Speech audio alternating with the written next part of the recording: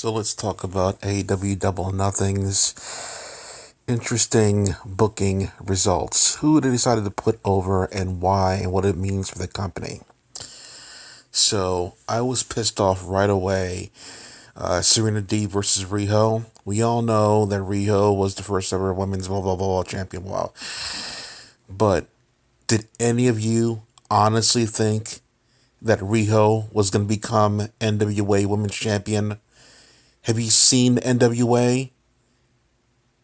They're not going to have Rio go on there and cut like long promos and do all this cool stuff there with the interviewer. No, it's not going to happen.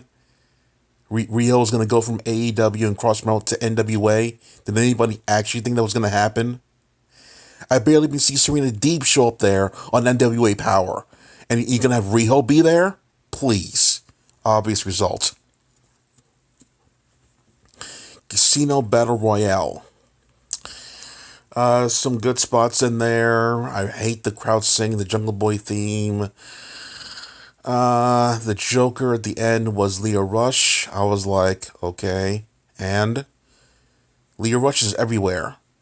Okay. And he was in GCW. He was also in NWA when they were also known as UWN. He said he was going to retire in GCW, and then he came back the next show. I'm like, Leo Rush is everywhere. He's been seen very recently. He was also and I think was on New Japan Strong as well. He's everywhere. I mean, like, why should I be surprised that he's also in AEW? That's not a surprise at all. I mean, really. It'll be a surprise if he lasts more than a month there. That'll be a surprise. A month straight, if he's in any angles, that'll be a surprise to me. Because I don't think this guy really wants to do anything. The last thing I've seen him do is just wrestle. He's not really a promo guy. So let's see if he does anything more than a month. I give it 2 weeks and he's on Dark. And then he's out of the company.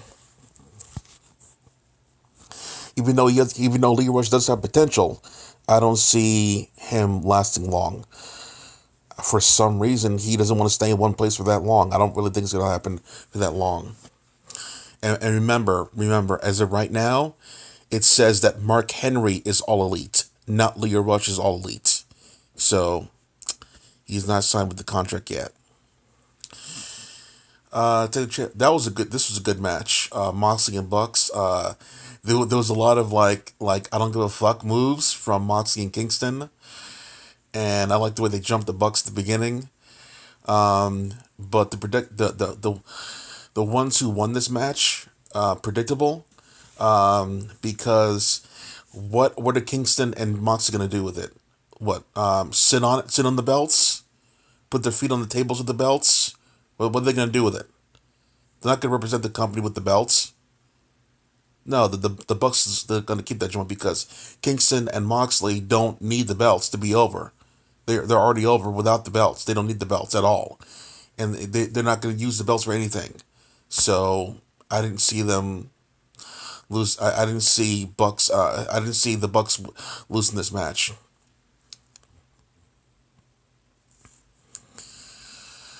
Miro versus Lance Archer. Okay, honestly, for this one, I don't know who won. But I'm betting that Miro won because, well, he just got the belt. Sammy Guevara, yada, yada, yada. I'm not going to look at all that stuff. Get out of here. I'm just going to assume that Miro won. Okay, how about that?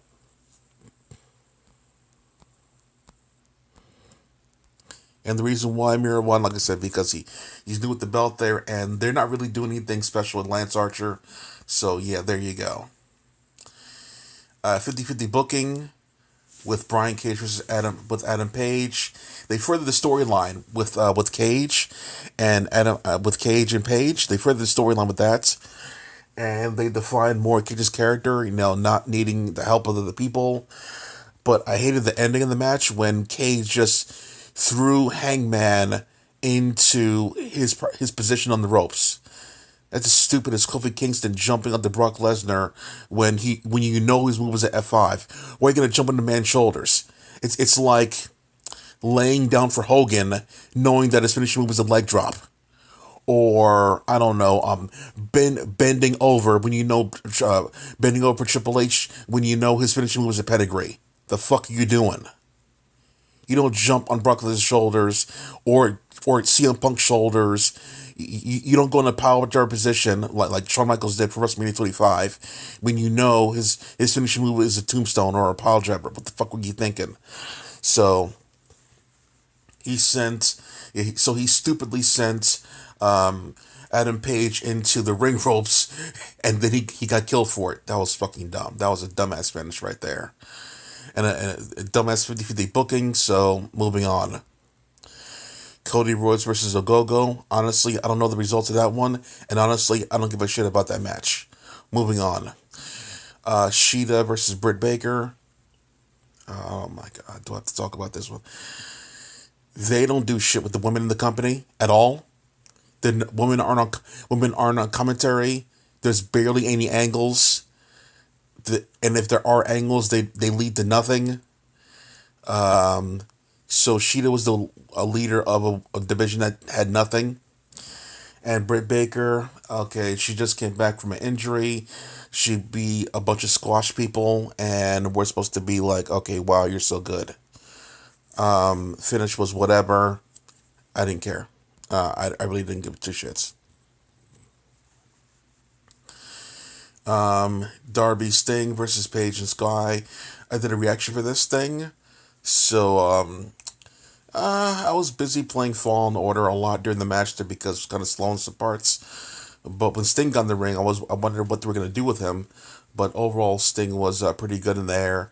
The crowd predictably chanted, "You still got it," over and over again to the point when I wanted to mute the fucking monitor. But that's part of the course. Wrestling fans are idiots. Most of us are. So if I was in the crowd, I would not chant "You still got it." I would literally put my fingers in my ears and not say anything. And the crowd would chant over me, "You still got it." I'd have my fingers in my ears. I don't want to chant that shit. I'm not a robot. I chant what I want to chant. I'm not chanting what you want to chant. I want to watch the match and then pop the cool parts and not just take over the match because I'm a fucking child in an adult body. Fuck out of here. But the finish of this match was really, really good, though. Ethan Page went for his move, and then Sting countered it into his move, so that was really cool. So, championship match. Shenanigans, as always, in Kenny Omega matches. And Kenny wins because he has to win because he has to fight against Moose. Inner Circle vs. Pinnacle. It was odd the way this was structured, and I hate the rules for this match. So you're telling me that one pinfall ends this match. So technically, one team could handcuff or trap in a room 4 other people, and then 5 other people could go after one person, and all 5 of them could pin one person, and that counts. Yeah, that's what yeah, stupid, right? The rules never say that one person has to get the pinfall. Just one fall. It could be 5 people pinning one person. It could be that way, and it's so weird because you have like all these referees and all these other singles matches there.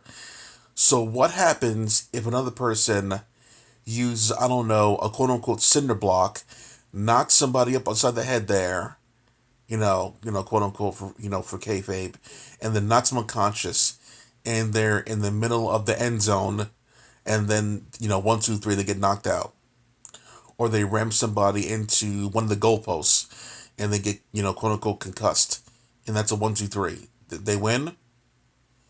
One person on the entire team. The rule should be 3 out of 5 people need to be pinned, and that'll create more tension and build up there as more and more people get eliminated from the match, and you get to have more of a comeback feel. But one person gets pinned and it's all over. Lazy booking, lazy rules. All right. So that's it for now. That's what I thought of the pay-per-view. I honestly didn't want to watch the whole thing. Yeah, I don't really respect a lot of AEW's decisions recently. The only decision I can get behind is that Tay Conti action figure. That shit is literally anatomically correct. I could not believe how ample her figure was. I'll put it that way. The comments are ridiculous in that thing too. Oh my god. The first comment was of the referee Aubrey Edwards talking about Tay Conti's ass. I'm not surprised Aubrey Edwards kind of looks like a dyke. Alright, that's it for now. Clack off.